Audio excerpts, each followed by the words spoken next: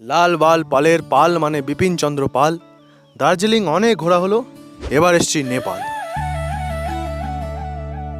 ঠাকুরের আশীর্বাদ নিয়ে প্রথমেই নর্থ বেঙ্গল ঢুকে নিজের আত্মীয়দের সাথে দেখা করে নিল অন্তরা। হ্যাঁ ঠিকই বলেছি, কেন পরে বুঝবেন। হাই সিকিউরিটি এবং 120 সেকেন্ড লম্বা ইমিগ্রেশন প্রসেসের পর আমরা নেপাল নামক সেই দেশে ঢুকলাম, যেখানে বর্ডারে পাসপোর্ট তো লাগেইনি, ভিসাও লাগেনি। দীপাঙ্কর ভাইয়ার গাড়িতে করেই একটু পর আমরা যেন প্রকৃতির আরো কাছে পৌঁছে গেলাম।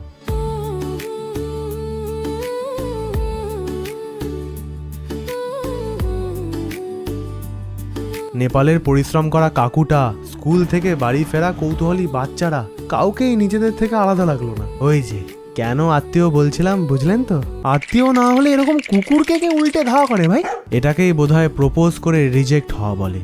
যাই হোক, ঘুরতে ঘুরতে আমরা পৌঁছাই আমাদের হোমস্টে দ্য প্যারাডাইস রিসর্টে। বাটারফ্লাইরা বিজি থাকায় এই পোকারাই আমাদের ওয়েলকাম করে। ওনারের সাথে হালকা কথা বলে প্রথমে নিজের রুম চেক করে নিই। তারপর আমার চোখ আটকে আসে আশেপাশের সুন্দর দৃশ্যে, আই মিন ন্যাচারাল বিউটিতে। ওপরের এই জায়গাটা আমার বেস্ট লেগেছে। এতটা পথ এলাম, দাঁড়ান কিছু খেয়ে ঘুমিয়ে কালকে সকালে বাকিটা বলছি। তো বন্ধুরা, নেপালে আমরা এই গাড়িটা করে এখন বেরোবো। এখন বাজে সকাল 11:30। আমরা যাব কান্নাম বলে একটা সিটিতে।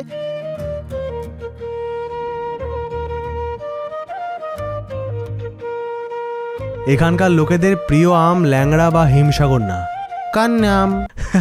তো এখন আমরা আছি ইস্ট নেপালে। নেপালের যে রাজধানী কাঠমান্ডু, সেটা এখান থেকে প্রবাবলি বলতে পারো 15 ঘন্টা লাগবে বাই কার আমরা যদি যাই। নেপালের আশেপাশে এই জায়গাটা দেখে আমি যেটা রিয়েলাইজ করলাম যে সমস্ত কিছুই ভাই এখানে অ্যাভেলেবেল, আর লোকজনের কাছে ভালোই টাকা পয়সা আছে। তো দীপঙ্কর ভাই বললো সরকারের কাছে নেই। এরপর ডোগেশ ভাইকে ঘুম থেকে ডেকে জিজ্ঞেস করলাম এখানের বেস্ট খাবার কি। বলল চিকেনের হাড়। আমি বললাম আমাদের জন্য, তোর জন্য না। বলল এই যে এই 4টে জিনিস খুব ফেমাস, কিন্তু এই নেপালি থালি নাকি বেস্ট, যেটা অলরেডি কাল রাতেই আমরা খেলাম। ভাত খাওয়া বাঙালির জন্য এই বৃষ্টিতে এই থালি একদম প্যারাডাইস।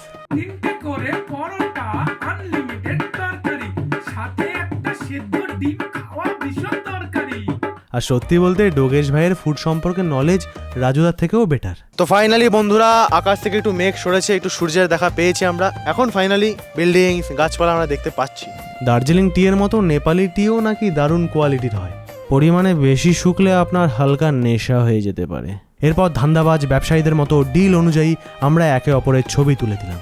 আমরা দুজনেই বিশ্বাস করি আমরা একে অপরের চেয়ে বেটার ছবি তুলি। তো বন্ধুরা, অনেক বৃষ্টি হওয়ার কারণে আমরা আপাতত 4:38 বাড়ি চলে এসেছি। এখন লাঞ্চ টাঞ্চ করবো।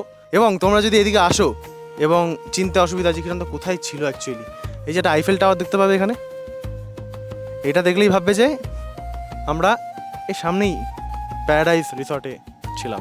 নেপালি থালিটার কথা মনে পড়তেই আমরা একটু নেচে উঠি, কিন্তু বয়স বেশি হয় একটু পরেই কেটে পড়ি। রাতে কৌতূহল আর লোভের ঠেলায় রান্নাঘরেই ঢুকে পড়ি এবং ওদের রান্না দেখে লজ্জিত বোধ হয়ে আমরাও ডিসিশন নিই আমরাও কিছু করব। আই মিন অন্তরা করবে, আমরা দেখব। আমি ফেমিনিস্ট, তাই আমি চাই না মেয়েরা শুধু ঘরের ভেতরে রান্না করুক। এটা 2026, মাঝে মাঝে ওরা বাইরেও রান্না করতে পারে। এই জোক মারছি, কিন্তু আমরাও অংশগ্রহণ করেছি, আই মিন খাওয়ায়। তো বন্ধুরা, আমরা এখন বারবিকিউ করছি এবং ওরা বললো নেপালে নাকি ওরা এটা বিশ্বাস করে যে রাস্তায় হিসু করে তার থেকে এই ধোঁয়াটা যায়। এবং আমি যেখানে যাচ্ছি ভাই এই কি, আমি তো করি না। আমারটা তাও যুক্তিসঙ্গত হতে পারে, তোমার দিকে কেন যাচ্ছিল? এই যে বলছি রাস্তায় ইস্যু করা তো নর্মাল বলছিস। হ্যাঁ, রাস্তায় ইস্যু করা নর্মাল। তুই যতক্ষণে কেউ দেখছে, হ্যাঁ অবশ্যই। আমি তো কারণ মুখের সামনে গিয়ে করছি না। আরে মুখ লুকিয়ে মতো রাস্তায় মানে একটা মানে দৃশ্য দূষণ না। আমি যাচ্ছি সকালবেলা কোনো ইন্টারভিউতে আর নুনু দেখে নিলাম। আমি কি তোর দিকে তাকিয়ে মুতবো না? কি রে? আরে রাস্তায় মতলে দেখা যায় ভাই। কি করে দেখা যাবে?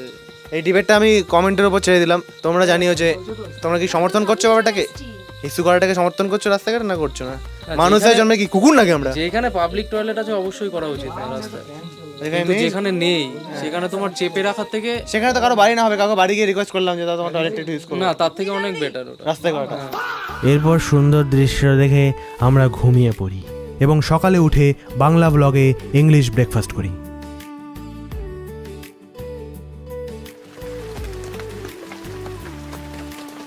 এই প্যারাডাইস থেকে আমাদের এবার বিদায় নিতে হয়। অন্তরা ইতিমধ্যে নেক্সট বার আসার প্ল্যান করতে শুরু করে। সেটা শুনে দীপাঙ্কর ভাইয়া জোরে গাড়ি টেনে আমাদের এনে ফেলে এক লোকাল মার্কেটে।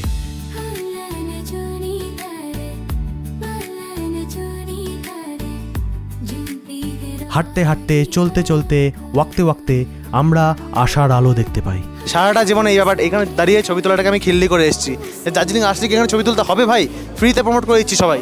সারা যাদের নিয়ে এসেছি সাথে ওই লাইনটা দিয়েছে ভাই। তো বন্ধুরা ফাইনালি মিশন সাকসেসফুল হয়েছে। হোপের সামনে ছবি তুলেছে, ঘুরে দেখিয়ে দাও একটু। ও এরপর এক জ্ঞানের কথা আমরা দেখতে পাই, তাও পানের দোকানে।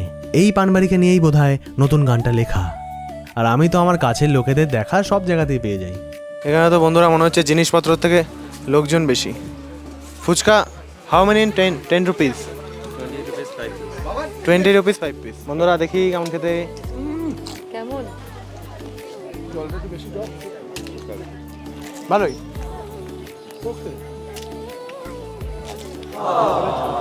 দার্জিলিংয়ে আমরা ছিলাম দীপাঙ্কর ভাইয়ের হোটেলে। বন্ধুরা আমরা এখন এই হোটেলে চেক ইন করবো এবং ব্রেকফাস্ট করে নেবো। আমাদের দীপাঙ্কর ভাইয়া মনে আছে তো, ওরা এটা নতুন খুলেছে।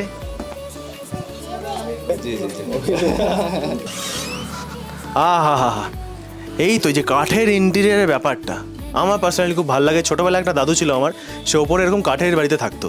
আমি সে দাদুর বাড়ি থেকে ওই কাঠের বাড়ি থেকে নামতাম না, এবং ওই দাদু কাউকে অ্যালাউ করতো না আমি ছাড়া। কিন্তু আমি যখন ওই খিটখিটে দাদুটা হয়ে যাবো তখন আমি তোমায় অ্যালাউ করবো।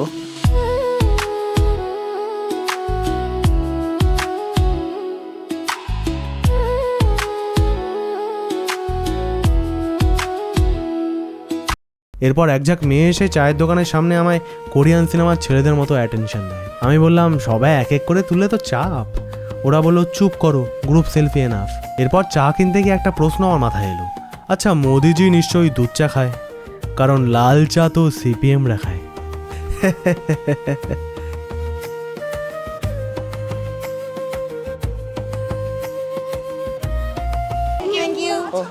ভালো থাকো। দেখো, ট্রাভেল করার এককটা কোথায় ঘুরতে যাচ্ছ তার উপর ডিপেন্ড করে না, ডিপেন্ড করে কাদের সাথে যাচ্ছ। সব মিলিয়ে কাছের এই দেশ ঘুরে বেশ ভালোই লাগলো। আশা করি ব্লগটাও তোমাদের ভালোই লাগলো। দেখা হচ্ছে পরের কোনো ভিডিওতে। আপাতত টাটা, আম্বানি, আদানি।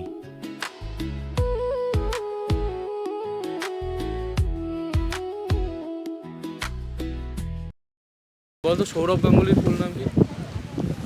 সৌরভ রমেশ গাঙ্গুলি। সৌরভ চণ্ডী গাঙ্গুলি। আমি যদি জিতের ফুল নাম বলতো? দীপক অধিকারী। আমি বলবো প্রীত বুমরা। আমি বলবো জিতেন্দ্র দাদলানি। আর ছোটবেলায় কি তোর এরকম কুয়াশা মুখে নিয়ে শীতকালে এরকম করতি? হ্যাঁ। যে ভাবতেছি বিশাল গুরু হয়ে গেছে, তুমিও করতে? হ্যাঁ। ওটাই তো সিগারেট ছিল তো। কলকাতার মেয়েরা কি বলবো। ছোটবেলায় ফেলুদার গল্প পড়েছিস তো? না, সেও পড়িস নাই? সাহিত্য ফাহিত্য তো তার কাছে যাস নাই নাকি? তুই তো আর্টসের স্টুডেন্ট ভাই। ফেলুদার গল্পে নেপালের একটা রেফারেন্স আছে এবং একটা নেপালি গানও আছে। একটা বাচ্চা একটা বাড়ির সামনে দিয়ে নেপালে একটা গান করতে করতে যায়। কাঞ্চি রেশম ওই দেখ এসছে। হ্যাঁ, বিশা এখন শুনে বললে তো হ্যাঁ বললে হবে না। নেপালি গান তো রেশম ফেরিটা। হ্যাঁ নেপালের গান না তো এটা। গানটা নেপালি কিন্তু লিখেছে একজন ইন্ডিয়ান। ওই গান। ওরে সে কে, কোন ইন্ডিয়ান, কোন ভারতীয় লোক আছে? গানটা নেপালের কিন্তু লিখেছে ইন্ডিয়ান, বুঝলি?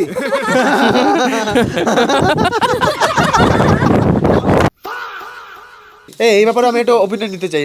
পাবলিক প্লেসে কিস করার পক্ষে না বিপক্ষে? তোরা কিস করা পক্ষে না বিপক্ষে পাবলিক প্লেসে? তুই তো পক্ষে থাকবি বা। মানে যদি বেশি ডিপ না যাই, সেইটাকে নির্ধারণ করবে, ডিপ কিস না হালকা কিস না ফ্রেঞ্চ কিস।